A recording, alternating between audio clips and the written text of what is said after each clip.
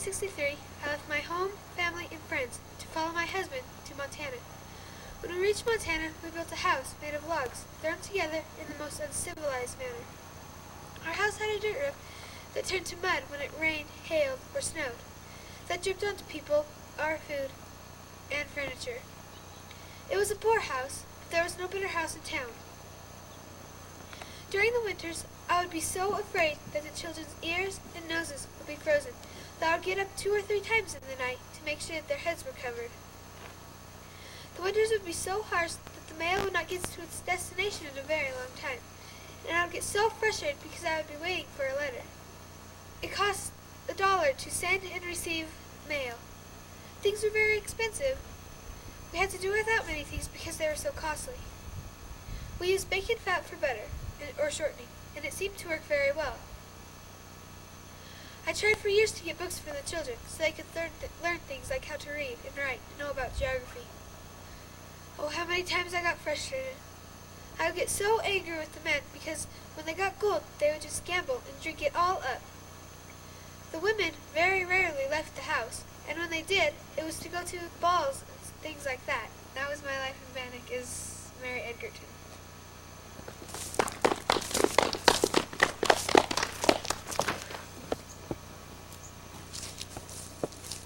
March 1863, President Lincoln appointed me Chief Justice to Idaho.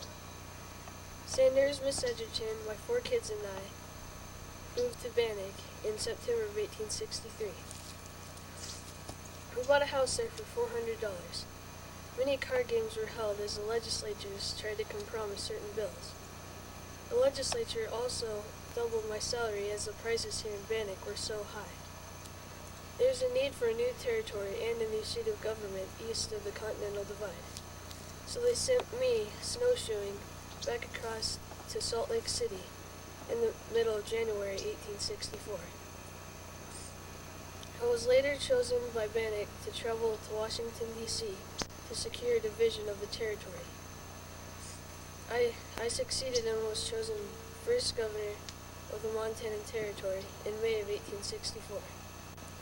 And in 1866, I lost my governorship to Green Clay Smith. And after all the great days I spent in Montana, I died.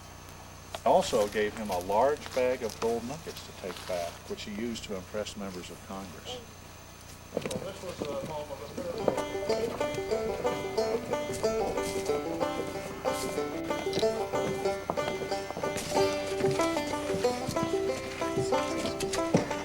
do you know what any of these things are? Like this unit right here? Washer? No, that's a good idea, but it's not a washer. Take a look inside here. It's a butter churn, right. And they would saw big blocks of ice from the ponds that were frozen. They would bring them back to town and they would put them in an ice house. An ice house is usually dug down into the ground. The walls are lined with a lot of sawdust. And between each layer of ice, they would spread sawdust so that the ice wouldn't refreeze together. They could put milk in there, meat, a few things that would spoil easily. And that would keep things fresh, just like a modern refrigerator. Women's lives revolved largely around the home in those days. You have read about Martha Edgerton and how the women didn't go out much. These people must have been rich. Yeah, I'd play with those if you were. Anybody have any ideas on how old this house is? 100, 200 years old. Good time. We were robbing that fella on the road and you kept tripping over your words. So you were laughing so hard you let him get away. So you didn't even scare him with that big mouth of yours. Well, you dropped a gun. Did not. That's it, man. You better be for watching your back, Ives. I means that. For Ives, I'm aiming to kill you. That's my cabin you just shot. Since the real argument of George Ives and George Carhart is unknown, Jake and I took the liberty of inventing our own. Although the argument is made up, the rest of the shootout is based on facts. And as far as the argument that they got into, you're right. We don't know what it was about. Maybe who had the fastest horse or maybe a card game. It's uncertain. But until they put the brick siding up on this cabin here, you could still see the bullet holes in that corner over there where Ives had been shooting at Carhart. And of course, after Carhart shot Ives in the groin, And after they sobered up, he felt kind of sorry for him, and he did let Ives move in his cabin with him and help nurse him back to health that way. Oh, wow. It doesn't seem that long ago since I was in Plummer's gang robbing and killing people. Man, I wish for the good old days. My life was wild. That is, until that darn old man Wilber Fisk Sanders got me hung. I can remember my life in Bannack perfectly. I was a man of little fear. One of my favorite things to do was to walk into saloons, ask them to give me some gold dust on a loan. And as people watched, I would turn around and shoot things, mainly lamps and chairs. One time, when I was doing my job alongside the road, a man by the name of Anton Holter was coming by with some supplies out of Bannack. We stopped him and told him to give us all his gold. He said he had none, but we finally got it out of him. I told him to walk back to his cabin slowly. The minute he turned his back, I shot him. It hit him nicely in the back of the head. After that, I kept looking for more opportunities of plunder and bloodshed. About that same time, a young lad by the name of Nicholas DeBolt was coming out of Bannack with some mules. Sanders was out hunting and found his frozen corpse. About a quarter mile down, he found John Frank, better known as Long John, and me, eating our dinner. He demanded that we help him carry the corpse back. We refused. Long John said that stuff like that always happened. Dead bodies were coming. As Sanders examined the body, he found a rope burn on the neck and a bullet hole above the right eye. He suspected Long John and me. He went after Long John first. He caught him and found him guilty. They went after me next. They caught me, found me guilty too. My trial was 2 weeks later. After a long trial and tough debates, they found me guilty. As I looked around the room, Sanders was looking very superior. Next, they read my sentence. George Ives will be forthwith hung by the neck until he be dead. The notion so paralyzed me, I just sat there, stunned and scared. I told them I wished to write to my mother and sister, but after another long debate, they refused me. Curse them. The day of my death soon came. They blindfolded me, put me on the horse, and put the noose around my neck. In the darkness of the blindfold, I heard them say, if I had any last words, to say them now. I told to the people around me that had tears in their eyes that I loved them, God bless them, and goodbye. The next instant, I was gone. George Ives was no more.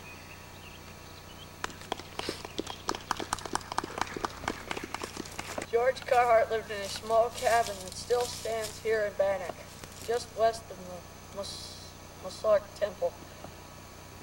Carhart's history is unknown, but he probably came from the east, as did most Bannack residents. I met my death in Skinner's Saloon when a gambler and a miner got into a shootout over a poker match. At first, the only death was a shooting of the small dog Toodles, Buzz Cavan's dog.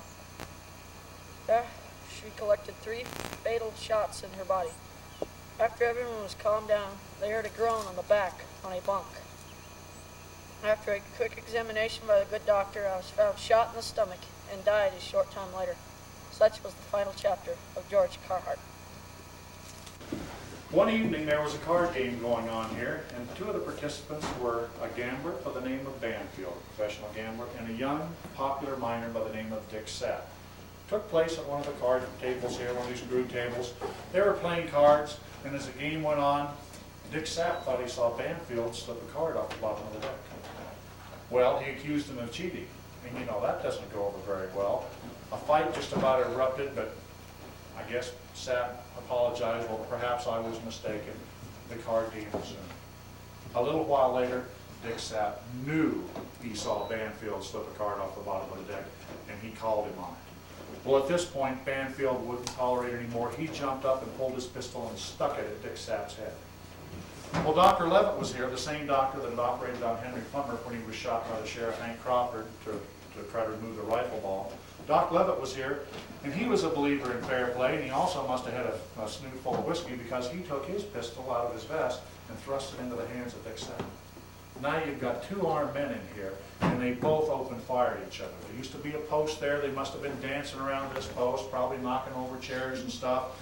They emptied their revolvers at each other in here. And when the shooting stopped and the smoke started clearing, lo and behold, neither one of them had a scratch. Not a scratch. Well, they took this must be a sign that they ought to be buddies. So they stepped up to the bar to have a drink. About that time, somebody noticed poor little Toodles laying under the table dead. Buzz Cabin's dog. He was a deputy over at Virginia City. Well, there's lots of dogs. Let's have another drink, boys. They order another round. About that time, they heard some moans coming from the bunks that used to be on the back wall here. They went over and looked, and here's poor George Carhart. Well, Doc Levitt said, well, put him up here on the bar, boys. Let me examine him.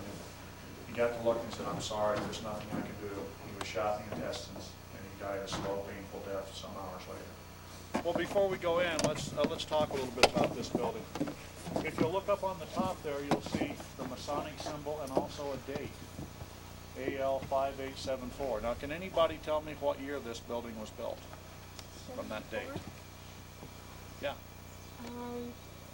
That's like 1874, somewhere there. That's when it was built. Now, do you understand how you can get that number from that number? Maybe that's counting all the years there.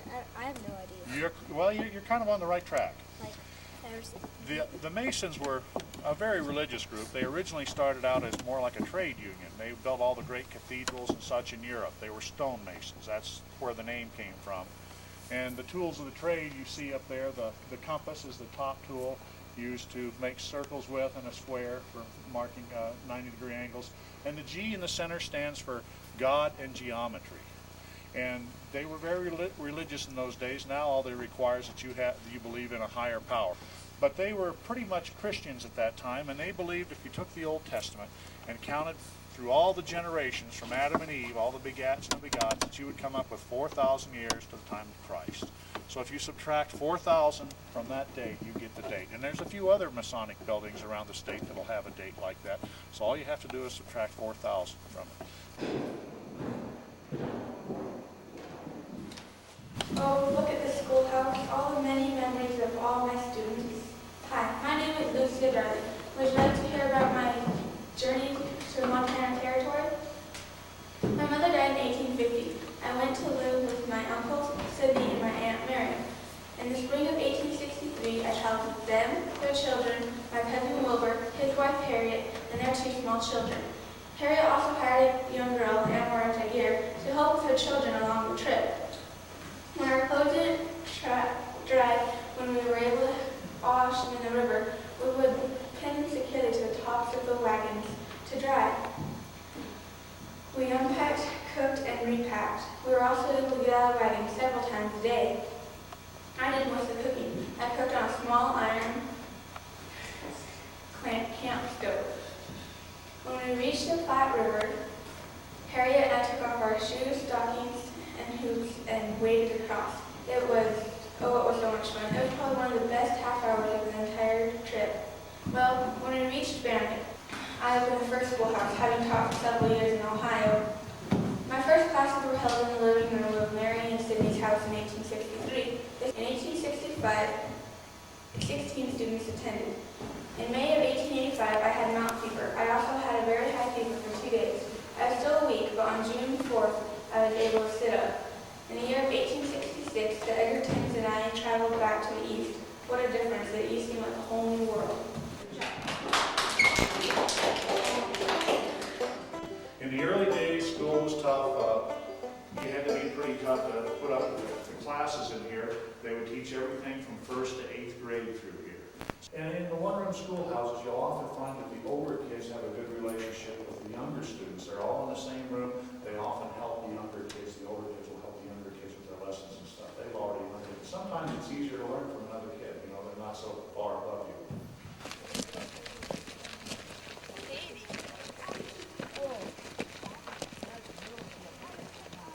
Hello, welcome to Bannack. I was born in New York. Later I came west. In this country, ridden with bandits and murderers, I became prosecuting office. Later I helped the organization of the Vigilantes. When I was just short of 30, when several citizens pleaded with me to prosecute George Ives, on December 21st, 1863, I was convinced Ives was guilty. The Vigilante Committee and I decided Plummer was the head of the road agents. Him and 2 other men were hung. 1889, I decided to try for public office. Both parties, Republican and Democratic, were voted 2 senators into the seat, but because the Republicans were leaders at that time, Thomas C. Powers and I were voted into the seat. I also helped the organization of the Montana Bar Association and formed the Montana Historical Society. I am Wilber Fisk Sanders. Hello, welcome to the Meade Hotel. Let me tell you a little bit about my life. As a young man in Canada, I worked hard to obtain my medical degree, which I had by the age of 19. I joined the 1st Colorado Cavalry and fought in the Civil War for the Union. I was wed to Louise Bonham, a Union nurse. After the Civil War, we returned to Colorado Territory, and we were blessed with 8 children. In 1888, we were bound for Montana Territory. Purchased the Hotel Meade in 1890, and after much remodeling, we turned it into one of the plushest hotels. My son Perry was killed in a mining accident, and now lies in the Bannack Cemetery. My daughter Etta was wed to a fine lad from Dillon. My remaining family members and I moved to Los Angeles. My wife passed away in 1913. I soon followed her in 1921 on January 5th. I am Dr. John Singleton Meade. My 10 years in Bannack were intense and hard. Life was a challenge. Dorothy Dunn and Bertie Matthews, 2 little girls, best of friends, were playing down in the creek. On your way in, you may or not have noticed a big swirling hole down there. That's an old dredge hole from the dredges, and that's called Dorothy's Hole because that's where Dorothy drowned. We don't know just why she drowned. Maybe she couldn't swim, got in over her head, whatever. But she drowned, and it really, really tore up Bertie, her best friend. Bertie was really, hurt by losing her friend while she was there. So a couple of years later, Bertie was upstairs in the hotel here. Her mother was the manager of the hotel. Now, we don't know if Bertie was playing up there or whether she was working, making up the beds in the rooms, perhaps, but she saw an apparition of her friend. She said she was wearing a long blue dress, and her hair was flowing like she was in the water. And I guess it just scared the daylights out of her. She comes screaming down the stairs, and she, for a long time, didn't want to go back up there. Well, as she grew older, people were always badgering her about this story, and she never wanted to tell it. You see, Bertie was very religious. She wasn't superstitious. But her sister said after Bertie passed away here just about 10 years ago, she said, if Dorothy said she saw it, she saw it. Well, the interesting thing is that every year I get people that tell me something strange happened to them in the hotel, especially upstairs and especially little kids.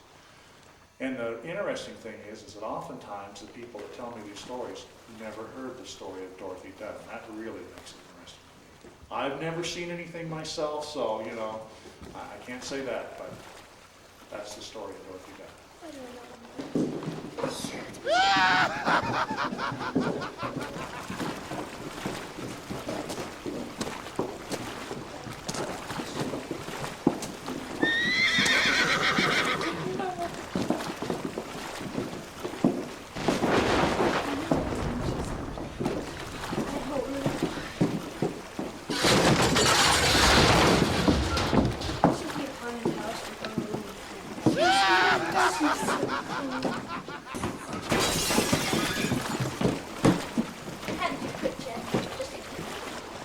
I rode into Bannack in late 1862. I was there to get a new start. I had spent some time in jail for murdering a man. I was thought I was a very good-looking man and was very popular with the ladies. The miners loved me so much that on May of 1863, I was elected sheriff. Instead of protecting them, I organized a gang, a group of ruthless men that killed over 100 men and robbed even more. Some people got fed up with what I did. Within 2 weeks, 24 or more members of my gang was captured and hung. I should have left. Late at night on January 10, 1864, I was caught in my cabin. I was drug out and hung by the gallows that I had built and was thrown into a shallow grave. Some people say I was innocent, but others still say, guilty, guilty. Henry Plummer. Is he innocent or is he guilty? I guess the truth died with me.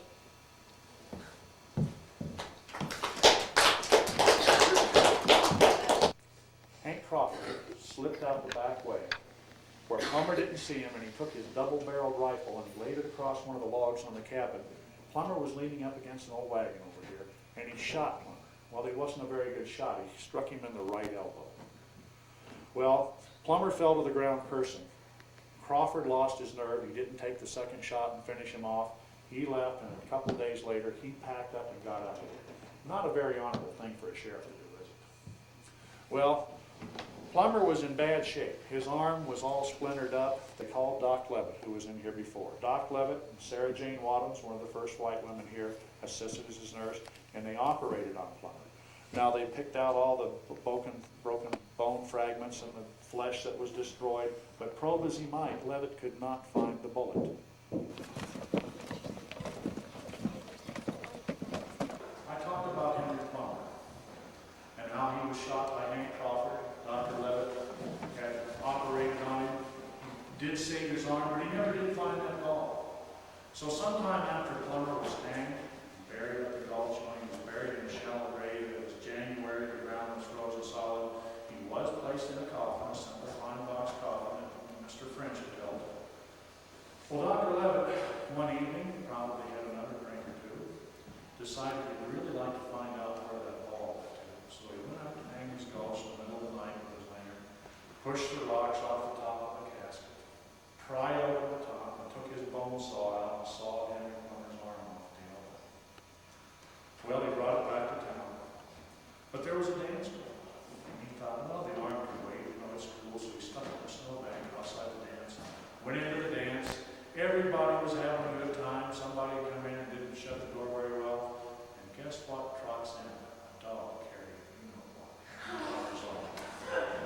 I'm sure that kind of put a damper on the evening. But anyway, Dr. Levitt that evening went back to his office, dissected the arm, and he found that ball lodged down in the wrist of Henry Plummer, and it was polished like silver, he said, from the use of it. So that's what happened to the ball. So Plummer never got much rest of it. Well, you folks about ready to go panning for gold? Yeah. Let's go do it. Yeah. That's what I'm showing for. Now, gold is really heavy. Has a specific gravity of 19.3, meaning it's 19 times heavier than an equal volume of water. The black sands that I've mentioned, they have a specific gravity of about 5 or 6, so they're heavy too, where the regular rocks have a specific gravity of about 2.5 to 3.5. So the black sand and the gold are the heaviest stuff. Now shaking it like this, I've stirred it up, remember? And shaking it and agitating it, if it tilted just slightly, will cause the black sand and the gold to settle down in that corner. These ripples on the front of the pan help trap the black sand and gold that might be working its way up. See how I slowly do this? There's a tiny piece of gold here, I mean tiny. Do you see it right there? Yeah. Yep.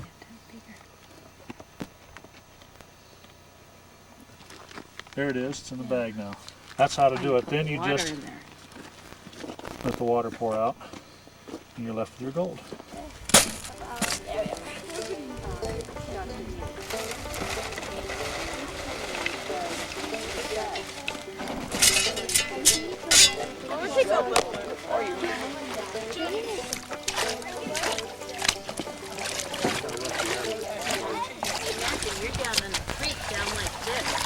Got to have lots of water in there. When you're just moving mud, you're not separating the gold and the black sand. Rocks you want to throw out. When I get it down this far, see you've got mud. You've got to take your finger and get that mud out of that groove in the bottom, okay? You need a little piece of gold?